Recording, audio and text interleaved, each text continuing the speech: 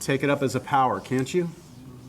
So can't I take that negative in front of the log, move it up, and put it on the cosine x as a power -1? And doesn't raising something to a -1 really mean 1 over it? And 1 over cosine x is secant x. Yes?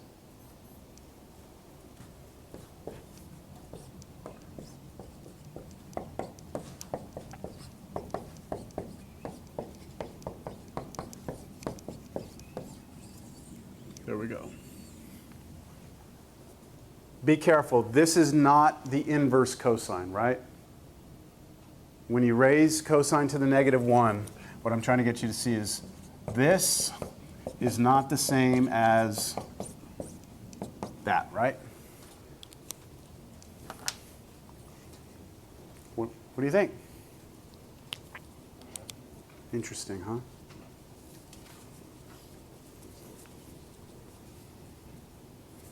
All right, let's try something else.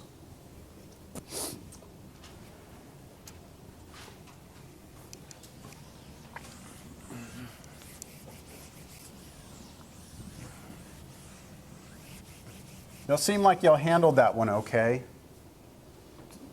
Am I okay to assume you handled that okay? Yeah.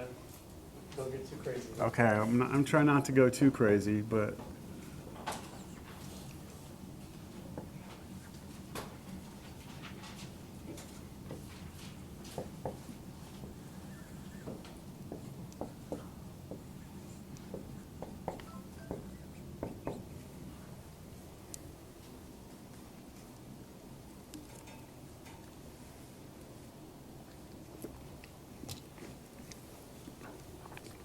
So we want to start ruling some things out here.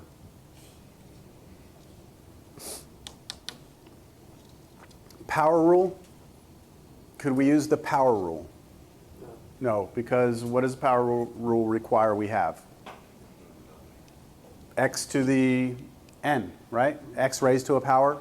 The only x's I see live up in exponents, right? They're not, so no power rule here. And so what else do we have when it comes to integration? What have we learned? Well, only one other thing, U substitution. See, the problem later in Cal 2 is that you're going to have power rule, U substitution, integration by parts, trig substitution, trig integrals, partial fraction decomposition. You're going to have all these different methods. And so when you look at a problem, you're like, you have to recognize what method to attack it with, or else you can go down a road that takes you 20, 30 minutes into the problem and realize that that method failed. And so the only way to become good at it is to do a lot of problems. Cal 2 is definitely not a spectator sport. You can't just walk into it, look at the professor, go, got it, and expect that you can walk into a test and do that now. You have to have done, 50 problems for each problem on the test. It's a lot. But you will be rewarded for it. When you just recognize the integral and you see what you need to do, that's the reward that you get for the practice. If you look at an integral and you're stuck, you haven't done enough practice yet. Okay. So we only have U substitution. So there's only one thing I can do here, right? Unless I'm giving you some crazy problem that you can't solve. I've got to see something in its derivative. What do you think?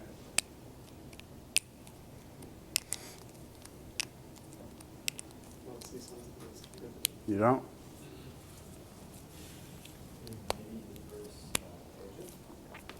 Inverse tangent? You don't see it, but what do you see? What made you think this is, I thought the inverse tangent, the derivative is 1 over 1 plus x squared. It is. What if you're saying x was e to the x? Okay, now you're there. Okay, so you just told me what you want my substitution to be right now. Okay, what if u was e to the x? Okay, what if u was e to the x? Do you kind of see that you have an e to the x here and e to the x here? This is e to the 2x though. That's not e to the x. We'll address that. But you see, the thing about u substitution and the thing about Cal 2 is you have to be willing to take a swing. You have to be willing to fail. not fail the class. You have to be willing to fail when you try and then scrap it, throw it away, and start over. You have to be willing to do that. So we're going to let u be e to the x. Why? Because I think I see e to the x and its derivative. But see, that's e to the x, right? Yeah. Its derivative is what? Itself? Where is it? Do you see? That's e to the 2x. It's not the same as e to the x. Or is it?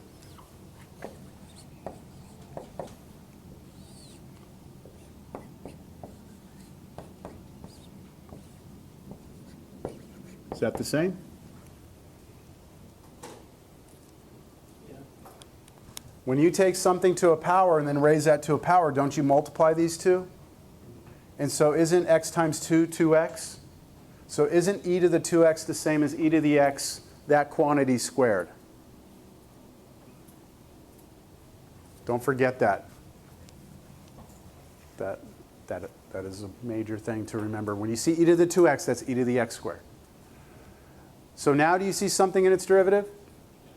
Okay, do you want to call this the something and let that be its derivative? Why not?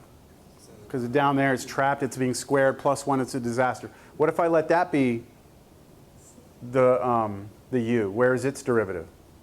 Up top, okay? And there's a 5 next to it, but I don't really care about the 5. It's a constant. It's not a big deal. So I'm thinking that this is going to get us there. If I let u be this, the derivative of it is living up here. And if it lives up here, I'll be able to slide it out. That's the whole idea about the derivative being on top and not trapped, is that I want to be able to just slide it out there next to the dx. You'll see when we come back to this. What did I do on the last problem when I wrote down the substitution? What was my next step? I differentiated both sides implicitly with respect to x, didn't I? And the derivative of the right side is just itself. And then what? Brought the dx over here.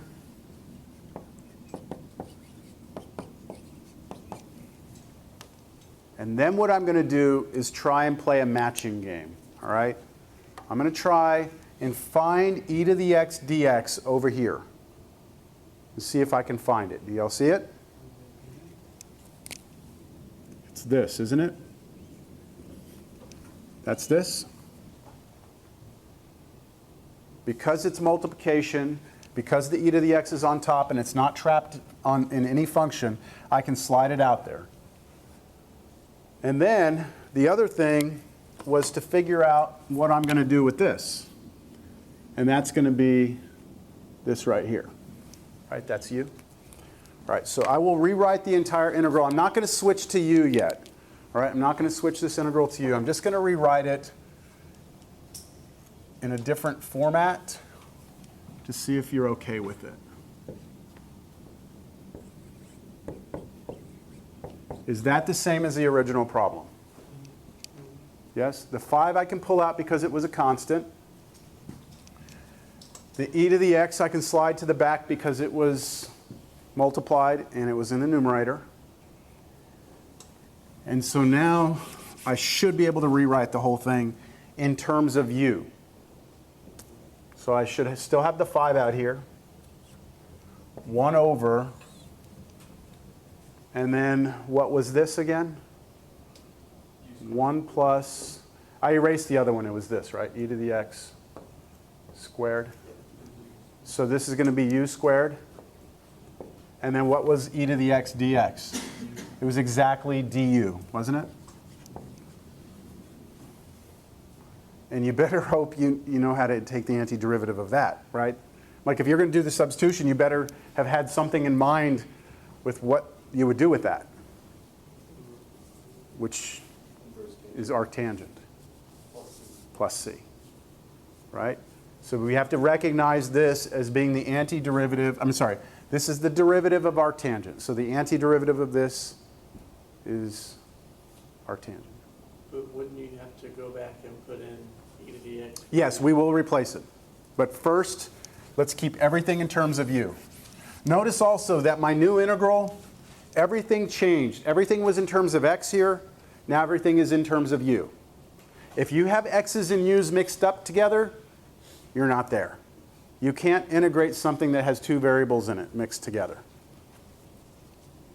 So here, this is 5. Integral sign goes away. Antiderivative of that is arctangent u, right? And then where did the du go? Plus c, isn't that cute?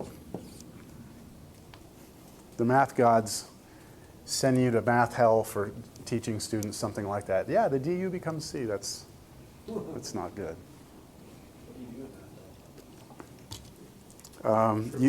No, in math hell, you just have a bunch of like 1 plus 3, 3 plus 2. There's just an infinite list of just brainless arithmetic.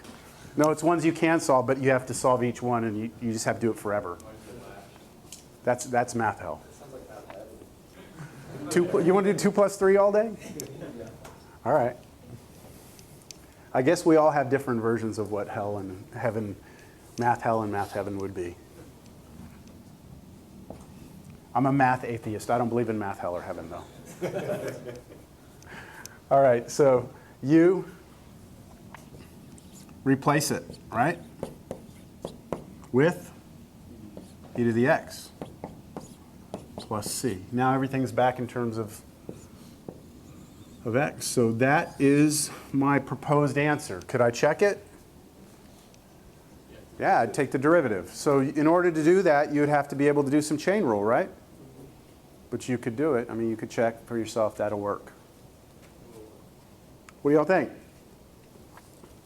Pretty cool. Yeah? Definitely practice. Oh, yeah. Oh, yeah.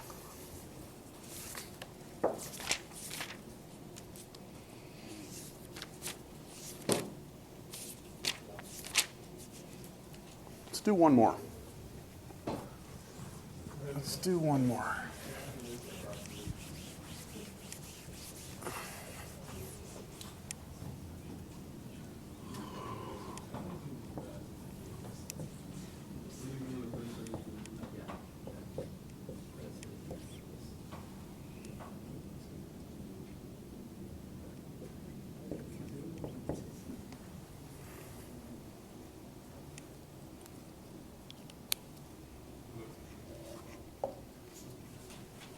This looks familiar. Hmm? It's going to be like we did the derivatives with the changing. What do we do with derivative? Oh, chain rule? Like with the 132 coming out? No? Is that what you're talking about? Then we do like,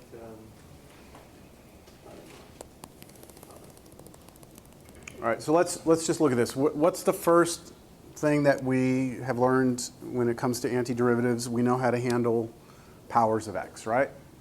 Do you have powers of x here? No? I mean, if I took x plus 2, if this were just like squared, let's say, could you multiply that out? Right? You can multiply that out. And then you could distribute an x through it, and you would have all powers of x, right? You'd be in business. But that's not the problem. It's 132. Now, could you multiply x plus 2 out times itself 132 times? That's maybe math hell for you, right? There's math hell for you. All right, you do it 132 times next to each other, and you sit there for the rest of your life doing that, right? That would take you a while, right? Probably all Christmas break. And you'd probably make a mistake. I would too. All right, so no one wants to expand that, right? No one wants to do that. And then hit it with an x. So, all right, so the only other thing we have is substitution. But for substitution, I was saying you need to look and try and see something in its derivative. And make sure that the derivative is not trapped, and it's okay to be off by a constant. So you look at that and you're like, do you see anything in its derivative? Well, let me show you what to never do. On any integral, okay, this is kind of a rule of thumb you can always follow. Don't ever make this substitution. U is x. Now, let me show you why. du dx is the derivative of the left side. Derivative right side is 1. If you move things around, you get du equals dx. So what you're going to do is you're going to replace every dx with du. You're going to replace every x with u. And so basically, you're going to rewrite this problem to be u plus 2 to the 132 du. Congratulations. What did you just do? Nothing. You changed your variable from x to u. Nothing happened. So don't ever make this substitution, because all that shows is that you don't understand that that substitution just changes your variable. It doesn't do anything, doesn't help you. Okay? So this example that I'm giving you right now, you know how I said that you're going to have to be prepared to fail, prepared to try something and not come up with the answer, but you have to be willing to try. So I know that if I let u be x, it's useless.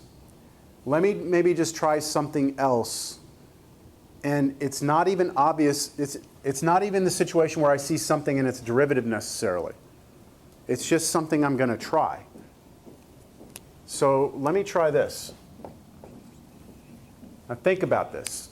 If I let u be x plus 2, then I'm going to be able to replace this entire thing with what? U. And my new integral will turn into, it'll have in it u to the 132nd power. Just u to the 132nd power. Could you integrate that? U to the 132nd? Yes? But we got some other junk here that we're going to have to figure out what would happen to it. So let's see what happens. First, let's take the derivative here. What's the derivative? U with respect to x is equal to what on this side? 1. Which still means du is equal to dx, yeah? So it doesn't look very promising. I will be able to replace dx right here with what? Du, so that I'll have something to do with. And then I'll be able to replace x plus 2 here, right here, with u, yes? What's the only thing I have not looked at or have not resolved there? This x. Okay, so go to this equation right here. Solve it for x. If you take this equation and solve it for x, you get x is u minus 2, don't you? You see it? Now rewrite everything and let's just see what we've got, all right? This new integral will become, what's x? U minus 2. I need that in parentheses, don't I? Do I? Yes. Times this, which the whole thing together here is what? U to the 132nd power, and then dx is du. Is this integral any better than the one we started with? Is that better than the first one? I see you shaking your head. Why is it better? Because you don't have a function inside of the... Yeah, I don't have a binomial that I have to raise to the 132nd power. I have u to the 132nd power. And since this is a parentheses, I can just distribute it through to each one, right? Do you see that somehow by making that weird substitution that didn't seem like it would really help, we actually solved the problem of not having to expand x plus 2 132 times? And now I distribute. So let's distribute this through. We get u to the what power? 133. And then minus 2 to the 2u to the 132 du. And now you can do power rule on each of those.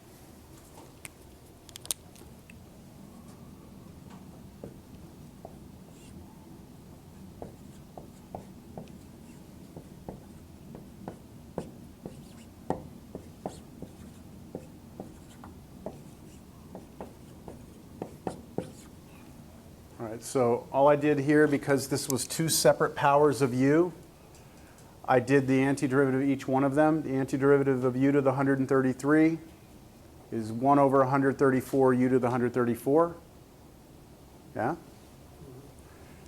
Negative 2 stayed. Antiderivative of u to the 132 is 1 over 133 u to the 133. Which gives me, if I clean this up now, does anyone have a question on what I did or what's going on here? I had a question from the very beginning. Yeah. Like, how'd you figure out how to substitute that? I, You just guessed? well, are you asking me how I did it? Yeah, how you, I knew the problem would work. I made the problem because I knew this would happen. But how would you know? You wouldn't unless you've done one of these and you're willing to try to make something, like make some substitution. That's what I'm saying. You have to be willing to like take a swing. Yes? So like you can kind of be, It can, but it's going to be sort of an educated guess type thing. It's not just some random thing. Like you don't want it to be X because that gets you nowhere, but you don't want it to be too much. Like, I'll show you, let me finish this and I'll show you what I would not have wanted to use. All right? Something that would have been crazy to use. So this is equal to 134, or 1 over 134. What's u? You have to replace it. X plus 2 to the 134 minus 2 over 133. I'm just putting the negative 2 on top. U, which is x plus 2 to the 133 plus c. That's our antiderivative. If you take the derivative of that, if you do, you should get back x times the quantity x plus 2 raised to the 132nd power. That's what you should get.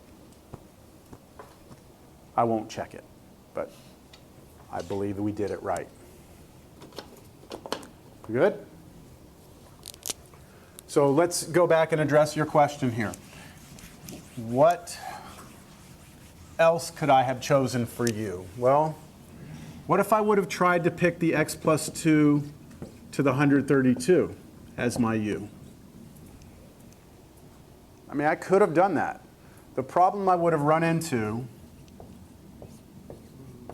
is here when I do 132 x plus 2 to the 131, right? I would multiply both sides by dx. See, the problem is that the entire thing here is going to be replaced with u, isn't it? And so you've got to be able to handle what's left here. X. What's x going to be? What are you going to replace x with? Well, you could take the 132nd root on both sides here, right? And then you could subtract 2. That's fine. But then what are you going to replace dx with? You would try and isolate dx, so you'd move this over. But this has got x's in it still. So you would still have x's mixed in there. Do you see how this, is this obvious that that's a disaster? Okay. So this is picking too much. Picking just x isn't enough. X plus 2 works perfectly. How do you get good at that? so the substitution will come from inside the problem though? That's what I'm asking. It should be something in there, yeah. The problem? Like on the tangent problem, it's easy to see something in its derivative after you switch it from tangent to sine over cosine. In the e to the x problem we did, it somewhat was looking at you, right? Kind of peeking around the corner looking at you. E to the x, here I am, choose me. This one, x plus 2, wasn't as obvious. I don't think it was. I mean, now that you see it, if I were to give you another problem like that, it would be more obvious, right? All right. We could keep going all day. So would you like to try some of these on your own for practice?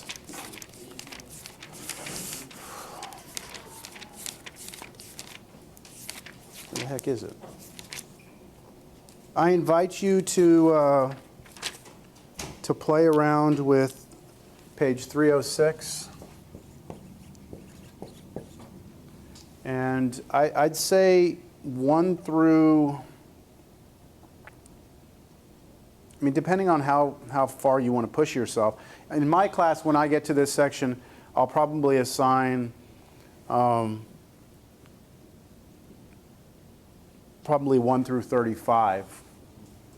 But if you know, you don't need that much for what I'm going to be asking you. So maybe like 1 through the first 13, 1 through 13 or so. But if you want to get ahead and you want to be ready for Cal 2 to come, I would try and nail this topic down. The sooner you get this down, that'll free you up to be ready to absorb the other techniques when they come. All right? Because the thing about Cal 2 is we do substitution like this, we do it in 1 day, maybe sometimes 2. And then the next day, here comes the next technique. And you have to have mastered, almost mastered, substitution before you can move on to the next method. Because in the next method, after substitution, the whole idea is to get an integral that's really bad and get it to a point where you can do substitution. And then just take it the rest of the way. And then when you get the next method, it's like you just want to get it to that point where you could do the previous method that would take you back to substitution. So everything is building on itself. So if you're looking for stuff to do, you know, you're waiting, you're staying up late waiting for Santa, you know, just work through these problems. You'll be in good shape. And I'm happy to, you know, share with you any information I have on these. I believe I do have. I have to go check. I'm wondering. I did videos for all my homework problems, for all my Cal 2 class this semester. I did every homework problem I assigned. I did a video of me doing the problem. But I don't know if I started with this section or not. So if you go to my YouTube channel, go to my playlist, look for Cal 2 homework solutions, and if you see 5.5 pop up, which is where this is, then I've worked all these out. Curious if they're there. I don't know. How are the tests on Cal 2 in your test? Like, how many problems are there? I don't know. I have to go back and look, but yeah, I don't know. More than one? Less than 20? I don't remember. Look, Cal 2 is fun. All right. I don't want to intimidate you and make you feel like it's impossible. Obviously, it's possible, but you're going to have to work in Cal 2 harder than you've ever had to work in any math class. That's the way it is. And they say Cal 2 is the hardest one. It usually is, and the reason is because by the time you get to Cal 3, like you've been through the grinder. So when you get to Cal 3, like everything, you're just better at learning. You're better at practicing. You're better at you know now what it takes. So the material in Cal 3 isn't necessarily easier. It's just that you're a better student by the time you get to it. That's what I think. There are a lot of students that learn too late in the semester for Cal 2 what it takes to get through it, and by the time they figure out this is what I should have been doing, you're too far gone. It's just high paced. You know, don't be trying to work 50 hours and take 15 hours, work 50 hours, and expect to succeed in something like Cal 2. It's a very time intensive course. Unless you're just a genius and you just look at it and it all just naturally happens somehow. Quit your job and just take Cal 2 only? Well, you shouldn't need to, but I mean, yeah, I mean that should help. And if you have a problem, if you quit your job and that's all you do and you still have trouble, you think about changing your major. All right, so the final. You want to talk about the final? All right. It'll cover up through, I think substitution, do you think, I mean, I wanted to put some of that on there, substitution. This wasn't like bonus material today. It was the look you're giving me. Here, pass this around. This is last semester's final. I labeled it as the review for this semester, but I haven't even looked at this. So let's look at it first, okay?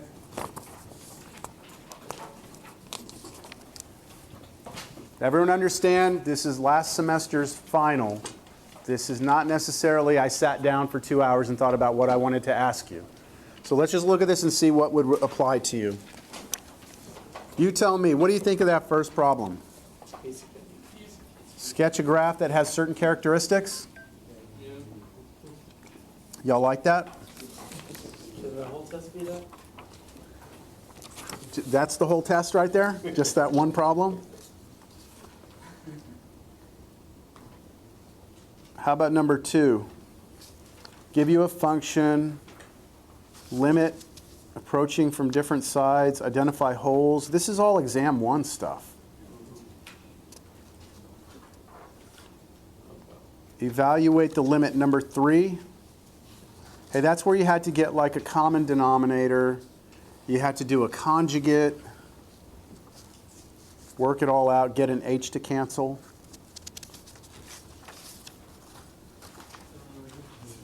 Number 4. What? I thought I heard, what? Bounded over infinity. 0, done. You know how many people butchered that on the final?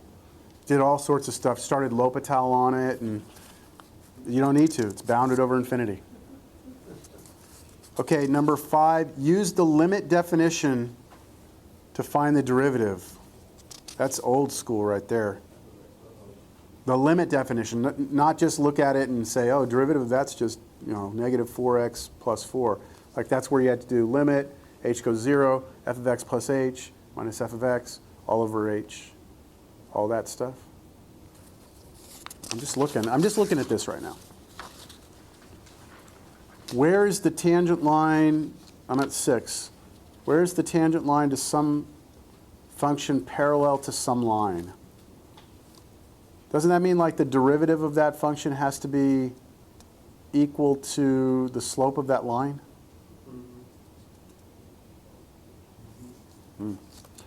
What about 7? Given an equation, take the derivative implicitly with respect to time. Let's see if we can say what that answer would be. What would the derivative of that with respect to time be? dv dt equals pi, and then parentheses maybe, or I don't know if you're going to split that pi out on its own. What are you going to have to do with the r squared h? If you're going to take derivative of r squared h? Power rule. Product rule, and then power rule, right? So just ignore the pi there for a second. The derivative of r squared h would be 2r dr dt Oh, yeah, because we're doing implicit. Yeah. with respect to time. So 2r dr dt times h plus dh dt times r squared. And then all of that in parentheses a pi in front of it.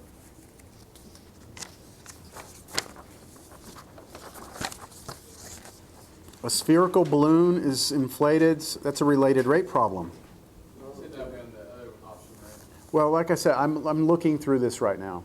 Let's just finish looking through it, then we'll talk about what we're going to do. All right? Related rate. Number 9. That's when you have trying to take a derivative of a function where x appears both in the base and the exponent. Do you remember how to do that? Logarithmic. You do log on both sides, pop that cosine x out front, and then do your differentiation implicitly. Oh boy, B killed everyone on that test. They couldn't handle that B and A were constants. It's just product rule, right? It is product rule. Well, with logs. You can do it, just replace B with 2, replace A with 3, and do the problem that way first. Then you would know how to do that. I think that would help. Let's just keep looking. 10a, chain rule, that's it. B, Chain rule quotient. logarithmic differentiation. Take log on both sides, use properties of logs to split it up. You can do that directly by just doing quotient rule, but it's a disaster. It can be done, it's just a disaster. It's easier to do with logarithmic differentiation. 11, you got a barn, 5 animal pens with the same area must be constructed as shown below. We did problems similar to that, didn't we? Number 12, limits. L'Hopital. Infinity to the infinity. Oh yeah, look at A. People made that one into a lot worse than it had to be. What's infinity to the infinity? Infinity. Move on. Part B, 0 to the 0. Now that's a problem. That you have to do something. So you did log on both sides, and then get it to 0 over 0 over infinity, and then do use L'Hopital. And then for C, you just get a common denominator.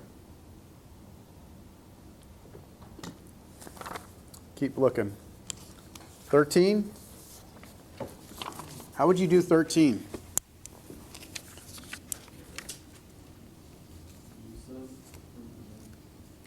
Maybe. Split it up.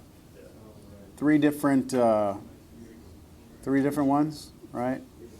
So I did one like that on the board. Now 14, how would you do? U sub. What would you choose for U? X to the fourth plus 1? What would the derivative of x to the fourth plus 1 be? No, you would have to be x. Maybe the derivative of x to the 3 would be x to the 4, 1 4 x to the 4. Wait, no. Yeah, you can't do this one by splitting it up, like on number 13. Because then you get 3x to the third, and then you plug that in, and then x to the third. Yeah, look, what on that problem, if I let u be x to the fourth plus 1, what's the derivative of that going to be? 3x cubed, right? Do you have 3x cubed there anywhere? You have x cubed, don't you? So you're off by a constant, so you will be able to tweak this to make that work. Okay, let's just keep looking. 14? Yeah, u sub. Let u be the whole bottom. Cosine x plus 1. What's the derivative of the bottom? Negative sign. du dx equals negative sine x, so you're off by sine. So that one could be done with u sub also. 15 we didn't talk about. Did you make U sub the entire bottom on the last one? Not with the square root. Because if you take the square root with you, then you have to take derivative of that part. And the derivative of the square root would make it pretty complicated, right? Because you would have, if you did square root here, derivative of that would be 1 over 2 root blah, blah, blah, then times 3x cubed. You see what I'm saying? Yeah. So it's a balancing act of picking enough but not too much. All right, so this is, what do y'all think of a final like this? We have a couple of options here. I can go heavier towards what we did last, which would be where we have a lot of like optimization stuff. No. You know, I mean, our last test we had curve sketching, Yeah. right?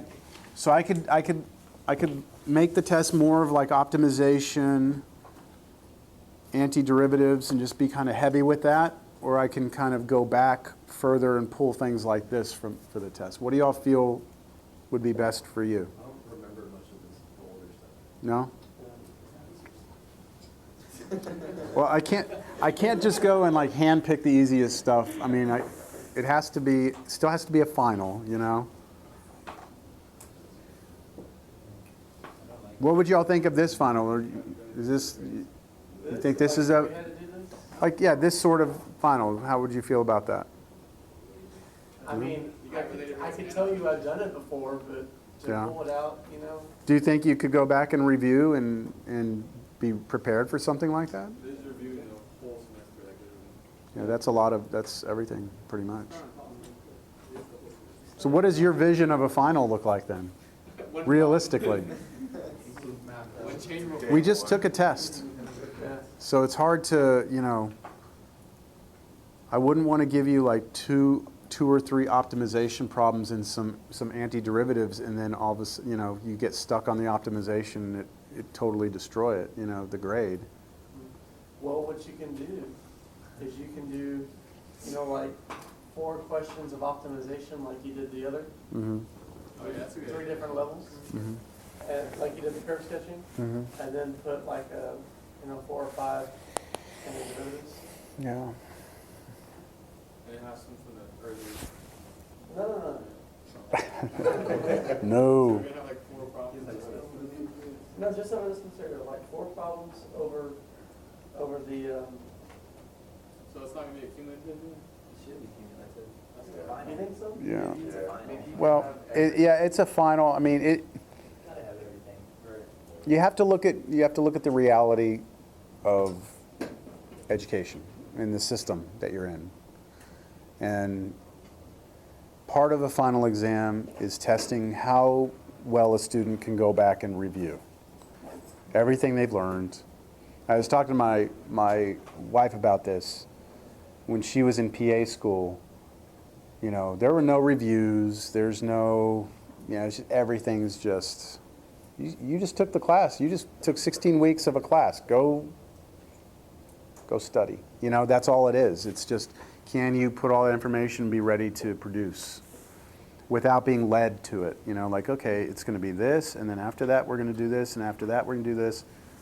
A lot of people can do that. Just follow you know what I'm saying? That's why students become so dependent on reviews. Give me a review, give me a review. And that, yes, I understand the value of that, but long term, as a serious student, you're eventually going to run into a class where there's going to be no review, and you're not going to know how to study properly because you've been led to what you need to know every single time. So,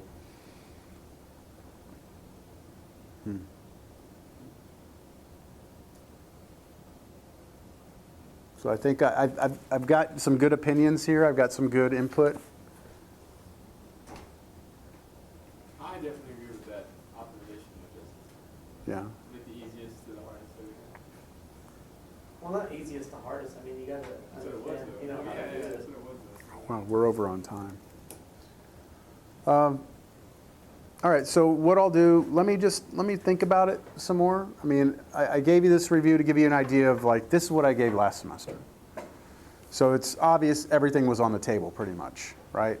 I think you should go into this expecting everything to be on the table, but I'll do some more thinking about, I need to test optimization. And there's only one problem in here with optimization. I do want to give you some options. Like here are some problems you pick, but I want it to be part of a bigger test. So what I'm imagining right now is a test that's trimmed down from this with a little more heavy on the optimization. That's what my vision is. So what I'll do is I'll think about it, and I'll send an email to kind of let everyone know like kind of where I stand on it. Like, still review everything, but make sure your optimization you kind of nailed down. Yeah. It'd be easier for you to tell us what's like, don't worry about, like, certain subjects that you said don't worry about. Like, related rates, you said would definitely. I'm not going to ask you any physics questions. So don't worry about any chemistry or physics. No. Being a smartass, I'm sorry. Again, let me look a little bit. What I'd like to do is go back and look at the tests and see like the things that you've already shown as a class that you understood are things that I don't feel like I need to go back and look at as much. A lot of times my final is dictated by the class itself. So like the class always struggled. Then that final needs to be a cumulative final that shows that they have gotten to a point where they understand that. Maybe they didn't when they took the test the first time, but now they've got it down. Whereas if I have a test or a class where they've always maintained good grades through all the tests, then I'm not so inclined to go and throw it all back in their face again. Yeah. If you're going to be an engineer, right? And you're going to go, I don't know, one day you're going to be working on a road project. I don't know what the hell you're going to do.